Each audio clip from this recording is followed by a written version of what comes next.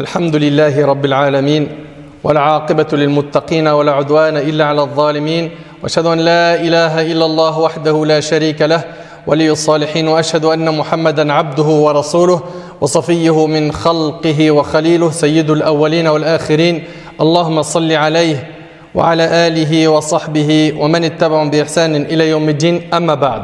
Mes frères et sœurs, les gens vivent sur cette terre ce qu'Allah Tabarak wa Ta'ala leur a écrit comme jours, semaines, mois et années. Puis, tôt ou tard, nous quitterons cette vie. Nous quitterons cette vie pour une autre vie. Allah Tabarak wa Ta'ala en parle dans le Coran. Il dit Azza wa Jal, فَإِذَا جَاءَ أَجَلُهُمْ لَا يَسْتَأْخِرُونَ سَاعَةً وَلَا يَسْتَقْدِمُونَ. Il dit pour chaque communauté, il y a un terme. Quand leur terme vient, ils ne peuvent le retarder d'une heure et ils ne peuvent le hâter non plus. C'est-à-dire que lorsque l'ange de la mort va venir prendre ton âme, il n'y a rien à négocier avec lui. Tu ne peux pas lui dire « reviens dans une heure ». J'ai besoin juste de régler quelques comptes avec mon Seigneur, avec les gens, de réparer certaines injustices, de corriger ma relation avec Allah. C'est trop tard. Allah Azza wa Jal dit également Kullu nafsin dha'iqatul maut wa innama tuwaffawna ujurakum yawm al-qiyamah. Toute âme goûtera à la mort. Tout le monde va mourir, mais c'est seulement au jour de la résurrection que vous recevrez votre entière rétribution. Il s'agit ici d'une bonne nouvelle pour les pieux et une menace pour ceux qui ont désobéi à Allah subhanahu wa ta'ala. Ensuite, Allah Ta'ala nous dit فَمَنْ زُحْزِحَ عَنِ النَّارِ وَأُدْخِلَ الْجَنَّةَ فَقَدْ فَازَ وَمَا الْحَيَاةُ الدُّنْيَا إِلَّا مَتَاعُ الْغُرُورِ. Quiconque est donc écarté du feu, il a été sauvé le jour du jugement, il a été écarté du feu de l'enfer et est introduit au paradis, il a certes réussi. Et Allah Ta'ala nous dit et la vie présente n'est qu'un objet de jouissance trompeuse. Saïd ibn Jubayr rahimahullah, parmi nos ancêtres, il a dit cette vie est une jouissance trompeuse pour toute personne qui ne se préoccupe pas de l'au-delà. Cette vie est une jouissance trompeuse pour toute personne qui ne se préoccupe pas de l'au-delà.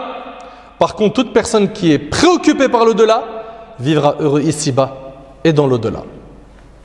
Faites bien vos calculs, Allah barik fikum. Car souvent on fait très très mal nos calculs. On mise tout sur ici, l'ici-bas. On mise tout sur l'ici-bas. Chaque âme est l'otage de ses œuvres. Et le jour du jugement, il n'y a pas de surprise. Ceux qui ont bien œuvré seront félicités. Et ceux qui auront mal agi, ceux qui auront été des impies, qui se sont écartés de la voie d'Allah, ils récolteront ce qu'ils ont semé. Le plus important, Ahbab al-Kiram, c'est comment est-ce qu'on va finir. D'où l'importance de cette khutbah aujourd'hui, qui a pour titre « Quelle sera ta fin ?» Quelle sera ta fin? Sachez que chaque personne, sa valeur ressort au moment de sa mort. Le prophète, alayhi salatu wassalam, dans le hadith rapporté par l'imam al-Bukhari, il a dit « Les actions ne valent que par leur fin. » Le plus important, c'est la fin. Ahbab al-Kiram, il faut cibler la bonne fin. C'est un cadeau d'Allah subhanahu wa ta'ala d'avoir une belle mort, de mourir sur une bonne action, d'avoir beaucoup de gens qui prient sur toi, d'avoir des gens qui font dua pour toi. Tout ça, ça se mérite. Ça se mérite. Pour cela, il faut retrousser les manches. Ahbab al-Kiram, toute personne à qui Allah subhanahu wa ta'ala a facilité d'avoir une bonne fin, est certes une personne qui a réussi. Est une personne qui a réussi. Et toute personne qui a une mauvaise fin, il s'est loupé dans cette vie. Il ou elle n'ont pas été prudents, n'ont pas été vigilants. Ils ont été insouciants. Ils n'ont pas accordé d'importance à l'autre vie, qui est la vraie vie. Le prophète, alayhi salatu wassalam, il nous l'a dit, il n'y a de vraie vie que celle de l'au-delà. Allah tabarak wa ta'ala nous dit ici dans le Coran Ya ayyuha alladhina amanu taqullaha haqqa tuqatih wa la tamutunna illa wa antum muslimun. Oh les croyants, craignez Allah comme il doit être craint et ne mourrez qu'en pleine soumission. Ittaqullah haqqa tuqatih. craignez Allah comme il doit être craint. Abdullah ibn Mas'ud radiyallahu anhu, en commentant ce verset, il a dit Haqqu taqwa an yuta'a fala yu'sa wa an yushkar fala yukfar wa an yudhkar fala yunsa. Il a dit la concrétisation de la taqwa, de la piété consiste à lui obéir. Obéir à qui? À Allah le Tout-Puissant, et à ne pas lui désobéir. À le remercier et à ne pas être ingrat. Et à se rappeler de lui et à ne pas l'oublier. C'est-à-dire en deux mots, mettre Allah au centre de notre vie. Et Allah tabaraka wa ta'ala il nous dit, et ne mourrez qu'en pleine soumission, ne mourrez que musulman. Mais pour mourir musulman, il faut prendre la vie d'un vrai musulman. Il n'y a rien sans rien. Et aujourd'hui, ça ne fait pas partie des objectifs de beaucoup de musulmans de mourir musulman, de vivre une vraie vie de musulman. Allah tabaraka wa ta'ala nous a recommandé de faire des bonnes actions. Il nous a encouragés par plein de textes dans le Coran et dans la Sunna pour nous racheter auprès de lui, pour qu'on se repente. Pourquoi? Pour obtenir son agrément et son pardon, afin d'entrer au paradis. Allah tabaraka wa ta'ala nous dit فَمَنْ كَانَ يَرْجُو لِقَاءَ رَبِّهِ فَلْيَعْمَلْ عَمَلًا صَالِحًا وَلَا يُشْرِكْ بِعِبَادَةِ رَبِّهِ أَحَدًا. Allah ta'ala il dit quiconque donc espère la rencontre de son Seigneur. Tu espères cette rencontre ou pas? Et Ibn Qutayba, rahimahullah, concernant le verset où Allah Ta'ala il dit فَمَنْ كَانَ يَرْجُو وَالرَّجَاء, comme on le sait, a le sens de l'espoir. Ici, lui, il a dit que ça signifie dans ce verset quiconque a peur de rencontrer Allah. Ben, qu'est-ce qu'il doit faire? Qu'il fasse de bonnes actions. Qu'il fasse de bonnes actions pures pour Allah, sans ostentation, sans vouloir s'acheter une image auprès des gens. Ce n'est pas important ce que pensent de toi les gens. Le plus important, c'est qu'est-ce qu'Allah pense de toi. Qu'il fasse de bonnes actions et qu'il n'associe dans son adoration aucun à son Seigneur. Ahbab el-Kiram, avoir une bonne fin est tellement une chose importante que les prophètes, alayhim salam, les meilleurs hommes qu'Allah a créés, recommandaient à leurs descendants de cibler la bonne fin, de mourir musulman, soumis à Allah subhanahu wa ta'ala. وَوَصَّى بِهَا إِبْرَاهِيمُ بَنِيهِ وَيَعْقُوبَ يَا بَنِيَّ إِنَّ اللَّهَ اصْطَفَى لَكُمُ الدِّينَ فَلَا تَمُوتُنَّ إِلَّا وَأَنْتُمْ مُسْلِمُونَ. Et c'est ce que Ibrahim recommanda à ses fils, de même que Yaqub. Yaqub alayhi salam: ô mes fils, certes Allah vous a choisi la religion. Ne mourrez donc point autrement qu'en soumis à Allah. Mourrez musulmans. Allah tabaraka wa ta'ala il nous parle du prophète Yusuf. Et tout le monde connaît la piété du prophète Yusuf alayhi salam et à quel point il a été éprouvé. Ce prophète aimé par Allah, une sourate complète parle de lui. C'était un homme pieux, un exemple parmi les prophètes. Lui-même, Yusuf alayhi salam, il demande à Allah tawaffani muslima wa alhiqni bis salihin. Il lui dit fais-moi mourir en parfaite soumission. Il veut mourir musulman. Et c'est son souhait, c'est un prophète. Et fais-moi rejoindre les vertueux. Allahu Akbar. Ahbab al-Kiram, avoir une bonne fin, c'était le souhait des pieux. Allah tabaraka wa ta'ala, il en parle dans le Coran. Quand il nous relate le verset où ils invoquaient Allah, Rabbana faghfir lana dhunubana wa kaffir anna sayyi'atina wa tawaffana ma'al abrar. Seigneur, pardonne-nous nos péchés, efface de nous nos méfaits et place-nous à notre mort avec les gens de bien, c'est-à-dire les prophètes et les pieux, comme l'a dit Ibn al-Jawzi dans le Tafsir. Le prophète alayhi salatu wassalam, parmi ses invocations, il y avait ô toi qui raffermis les cœurs, raffermis mon cœur sur ta religion. Ya muqallib al-qulub thabbit qalbi ala dinik. Le prophète alayhi salatu wassalam, il recherchait refuge, protection auprès d'Allah contre les tentations de la mort. Min sharri fitnatil mahya wal mamat. Vous dites ça, non? Après avoir fini de tashahhud avant salam, c'est pas une invocation que vous faites? C'est quoi la tentation de la mort? C'est le moment où le serviteur se prépare à quitter cette vie pour se rendre vers l'autre. À ce moment-là, le diable fait tout pour perturber sa croyance. Et il fait tout pour le faire dévier du chemin d'Allah. Parce que son rêve, c'est de le faire mourir autre que musulman. Voilà ce que souhaite le diable au moment de ta mort. Mais Allah tabaraka wa ta'ala raffermit les pieux. Il les raffermit avec la parole La ilaha illallah. Et le prophète alayhi salatu wassalam, dans le hadith que rapporte Abu Daoud, il a dit alayhi salatu wassalam, celui dont les dernières paroles seront La ilaha illallah entrera au paradis. Mes frères et sœurs, pour avoir une bonne fin, il n'y a pas de secret, il faut œuvrer. Premièrement, il faut apprendre à être pieux en secret et en public. Pieux, c'est-à-dire quoi en deux mots? C'est-à-dire mettre entre toi et la colère d'Allah un mur. C'est-à-dire qu'Allah te voit là où il veut et qu'il ne te voit pas dans les endroits qu'il déteste. En secret et en public. En public, certains arrivent à faire cet effort. En secret, quand tu es avec ton smartphone, comment tu fais? Qu'est-ce que tu regardes? Qu'est-ce que tu écoutes? Il n'y a plus de surveillance humaine. Tu regardes quoi? Tu es livré à toi-même avec ton smartphone, avec l'ordi, ou la tablette, ou la télé. Et vous le savez à quel point aujourd'hui, ça fuse. Netflix, les séries, les téléréalités, et j'en passe. Vous regardez quoi? Vous écoutez quoi? T'as pas peur de mourir à ce moment-là? As-tu oublié que tu seras ressuscité de la même manière dont tu es mort? Comment est-ce que tu veux rencontrer Allah subhanahu wa ta'ala le jour du jugement?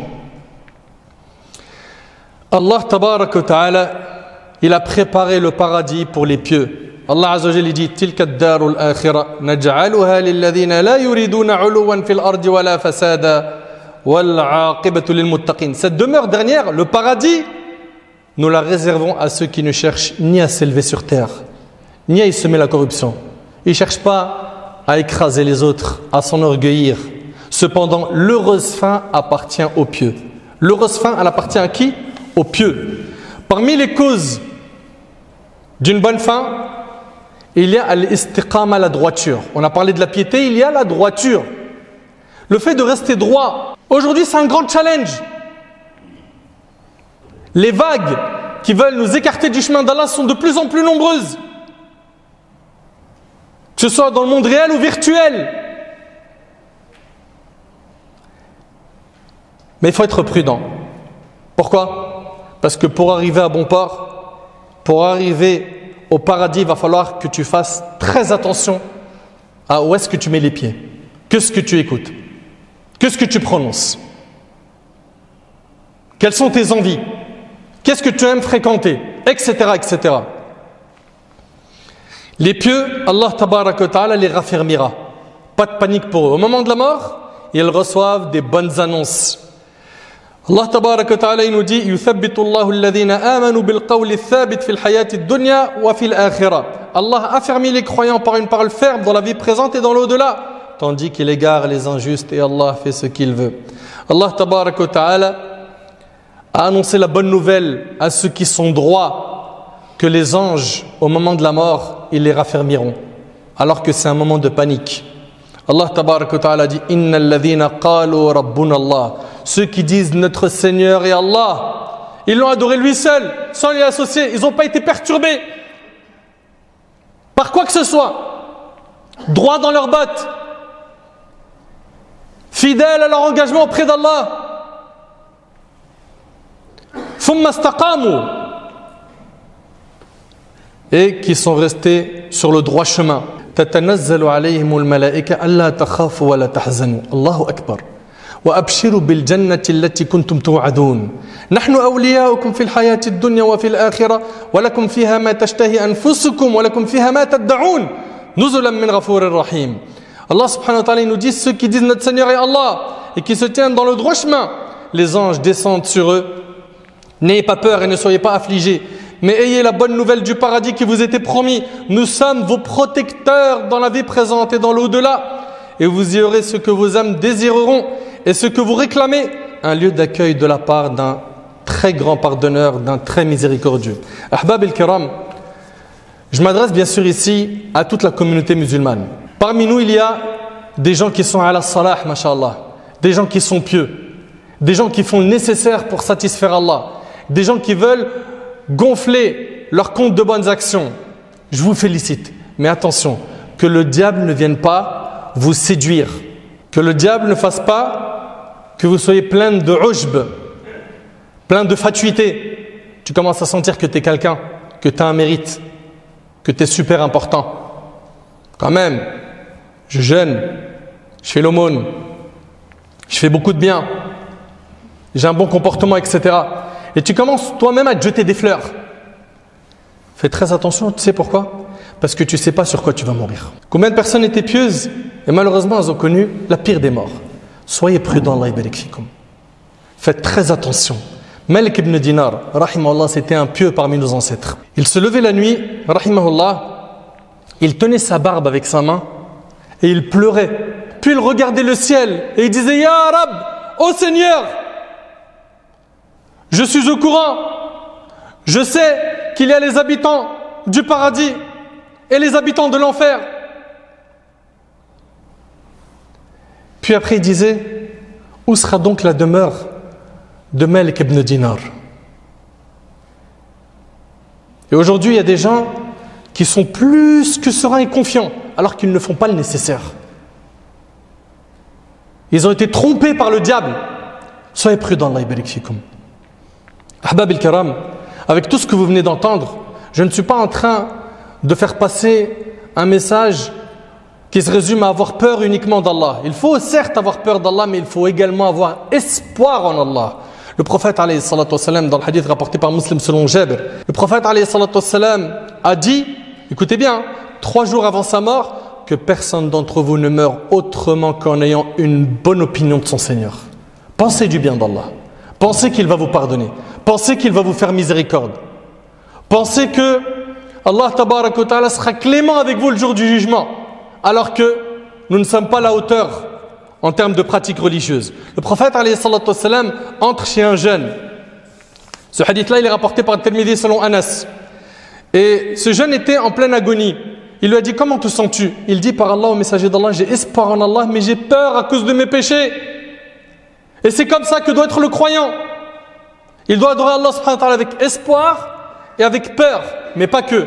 Le tout doit être piloté par l'amour qu'il a pour Allah.